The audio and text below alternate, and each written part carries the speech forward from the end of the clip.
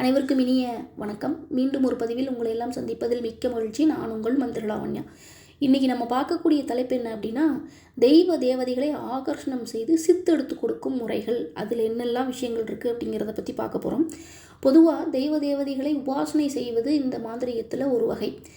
அவர்கள் குருநாதருடைய ஆசியோடு குருதீட்சையோடு அந்தந்த தெய்வங்களுக்கு உண்டான எந்திர மந்திர மை விஷயங்களை தன்னுடைய இடத்தில் வைத்து அவர்களை முயற்சியும் பயிற்சியும் செய்து குருநாதருடைய துணையோடு அந்த தெய்வ சித்தை அடைவது அப்படிங்கிறது ஒரு வகை. இரண்டாவது வகையாக குருமார்களே தெய்வ தேவதைகளை ஆகர்ஷணம் செய்து சித்தெடுத்து அதை மாணவர்களுக்கு தாரை வார்த்து கொடுக்கும் முறை. இந்த ரெண்டாவது முறையை பற்றி தான் நம்ம இன்றைக்கி பார்க்க போகிறோம்.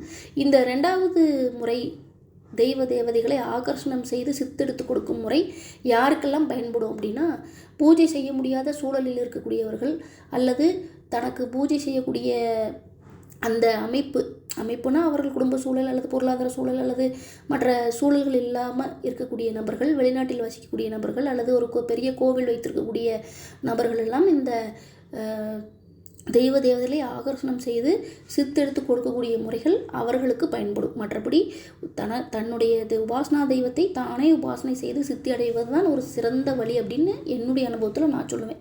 ஆனால் அதெல்லாம் செய்யக்கூடிய சூழல் இல்லைன்னு சொல்லக்கூடிய நபர்களுக்கு இந்த தெய்வ தேவதைகளை உபாசனை எடுத்து குருமார்களை சித்தி செய்து கொடுக்கக்கூடிய முறை பயன்படும். சரி, இந்த தெய்வ தேவதைகளை ஆகர்ஷணம் செய்து ஆவாகனம் செய்து சித்தெடுத்து கொடுக்கக்கூடிய விஷயத்தில் என்னெல்லாம் அடங்கியிருக்கு அப்படின்னு பார்த்தோன்னா, பொதுவாக கிட்டத்தட்ட நிறைய விதமான வகைகளில் இந்த தெய்வ தேவதைகளை ஆவாகனம் செய்யலாம்.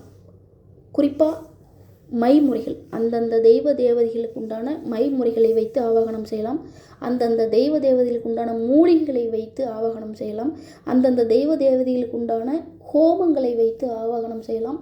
அந்தந்த தெய்வங்களுக்கு உண்டான எந்திரங்களை வைத்து பூஜை செய்வதன் மூலமாக ஆவாகனம் செய்யலாம். இப்படி நிறைய வகையான ஒவ்வொருத்தரும் ஒவ்வொரு விதமான முறைகளை கடைபிடிக்கிறாங்கன்னு வச்சுக்கோங்களேன்.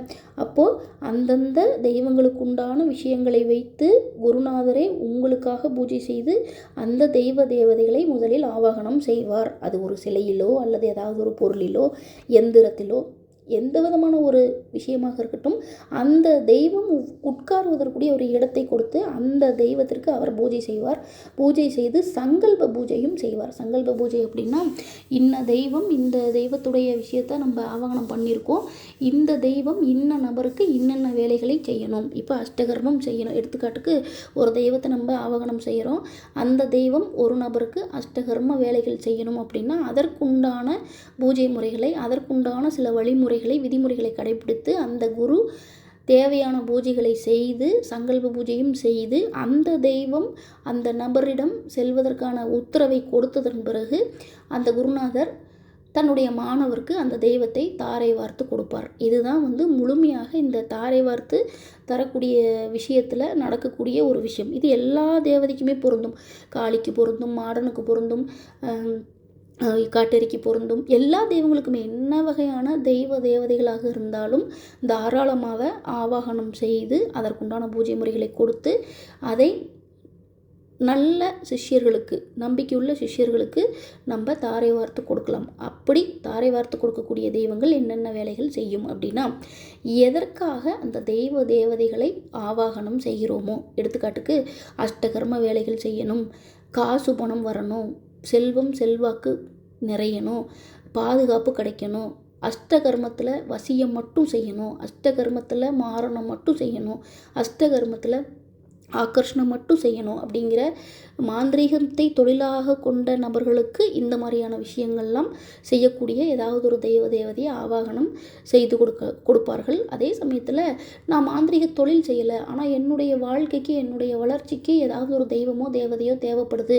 அப்படின்னு நினைக்கக்கூடிய நபர்களுக்கு அவர்களுடைய தேவை என்ன? காசு பணம் வரணுமா, தொழில் முன்னேற்றம் ஏற்படணுமா, பாதுகாப்பு கிடைக்கணுமா, நல்ல வியாபாரம் நடக்கணுமா, அதற்குண்டான தெய்வ தேவதைகளை ஆவாகனம் செய்து அதை எந்திரத்திலோ அல்லது குடுவையிலோ அல்லது ஏதாவது ஒரு ரூபத்திலோ அதற்கு இடம் கொடுத்து அதன் பிறகு அந்த தெய்வங்களுக்கு பூஜை செய்து சம்பந்தப்பட்ட நபருக்கு தாரை வார்த்து கொடுக்கறது அப்படிங்கிறது காலங்காலமாக நடைமுறையில் இருக்கக்கூடிய வழக்கம். சரி, இப்போது இந்த மாதிரி ஆவாகனம் செய்யக்கூடிய தெய்வங்களை தேவதைகளை ஒரே நம்ம இடத்துல இருந்தே நம்ம பண்ண முடியுமா? அவங்கவுங்க குருமார்கள் அந்தந்த இடத்துல இருந்தே தான் பண்ணுவாங்க.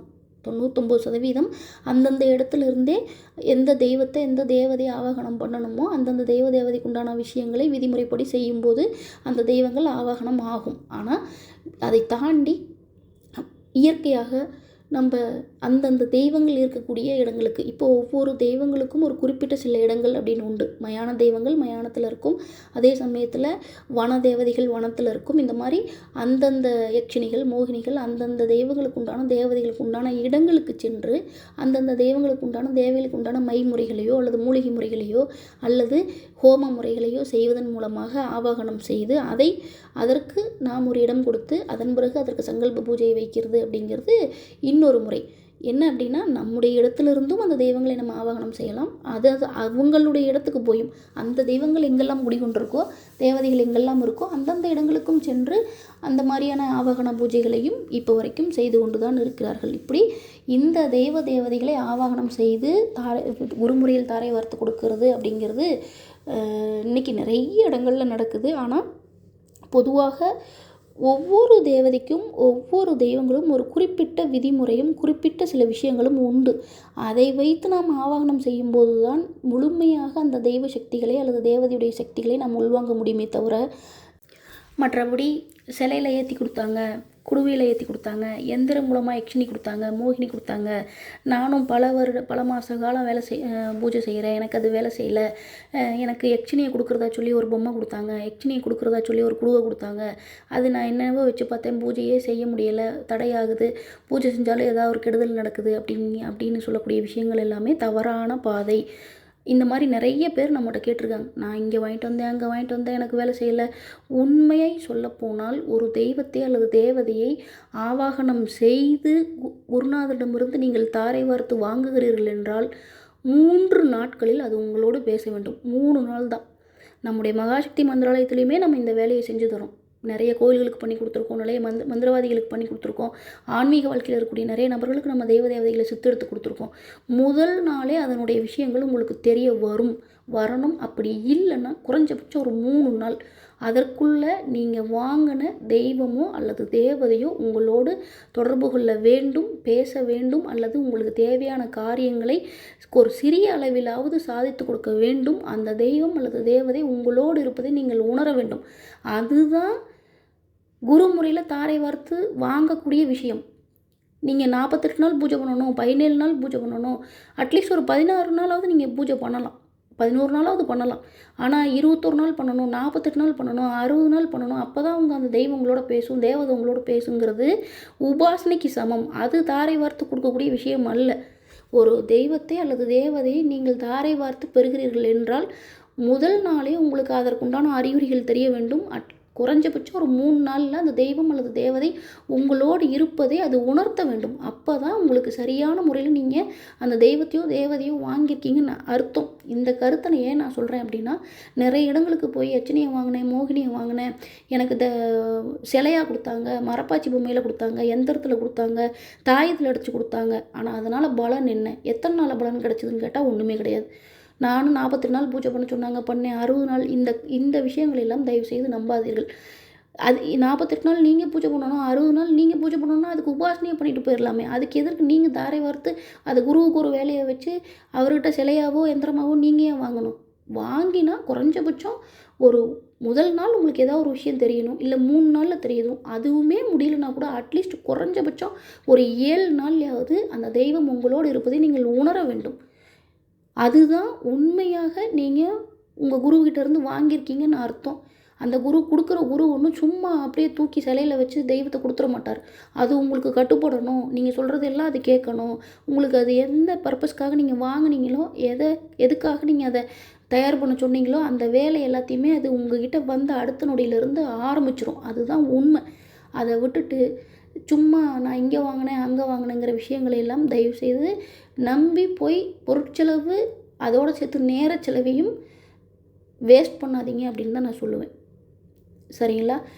நிறைய பேர் என்கிட்ட கேட்டாங்க, அதனால் இந்த கருத்தை நான் சொல்கிறேன். அதனால் இந்த குருமுறையின் தாரை வார்த்து சித்தெடுத்து கொடுக்கக்கூடிய முறைங்கிறது ஒரு சாதாரண விஷயம் கிடையாது, அது மிகப்பெரிய விஷயம். நிறைய பேர் என்ன நினச்சிட்டு இருக்காங்கன்னா, இது ஏதோ ஒரு கடையில் வாங்குகிற பொருள் மாதிரி மோகினி கிடைக்குமா, யட்சணி கிடைக்குமா, குடிச்சத்தாங்கல் கிடைக்குமா, குரளை கிடைக்குமா, எல்லாமே கிடைக்கும். உங்களுக்கு என்ன தேவை? உங்களுக்கு என்ன விஷயம், அந்த விஷயத்தை பற்றி உங்களுக்கு என்ன தெரியும், எதற்காக ஒரு சக்தியோ அல்லது தெய்வமோ தேவதையோ உங்கள் வாழ்க்கையில் வேணும்னு நினைக்கிறீங்க அப்படிங்கிற எந்த விதமான தெளிவும் இல்லாமல் தயவு செஞ்சு எதையுமே தேடாதீங்க. நான் அதை தான் நம்மக்கிட்ட தொடர்பு கொள்கிற நிறைய நபர்கள்ட்ட நான் அதை தான் சொல்லுவேன். முதல்ல உங்களுக்கு என்ன வேணும், உங்கள் வாழ்க்கைக்கு என்ன வேணும், உங்கள் குலதெய்வத்துக்கு எது சரியாக வரும், உங்களுக்கு எது சரியாக வரும், உங்களுடைய வாழ்க்கை முறைக்கு எது சரியாக வரும், எந்த தேவதை சரியாக உங்களுக்கு அமையும், அதை பார்த்து அதை முடிவு பண்ணி அதுக்கேற்ற மாதிரி தேடுதலை ஆரம்பிங்கன்னு தான் நான் நிறைய பேருக்கு சொல்லியிருக்கேன். அதனால் இந்த தேவதைகளை சித்தெடுத்து வாங்கக்கூடிய முறைங்கிறது ஒரு சாதாரண விஷயம் கிடையாது. அது ஒரு மிகப்பெரிய விஷயம். அதற்கு நீங்கள் எந்த அளவுக்கு உண்மையாகவும் குருநாதருக்கு உண்மையாகவும் வாங்குகிற தெய்வத்துக்கு உண்மையாக இருக்கீங்க அப்படிங்கிறது ரொம்ப ரொம்ப முக்கியம். சரிங்களா? இந்த பதிவு உங்கள் எல்லாருக்குமே பயனுள்ள பதிவாக இருக்கும், ஒரு புரிதலை ஏற்படுத்தக்கூடிய பதிவாக இருக்கும் அப்படின்னு நான் நம்புகிறேன். நன்றி, வணக்கம்.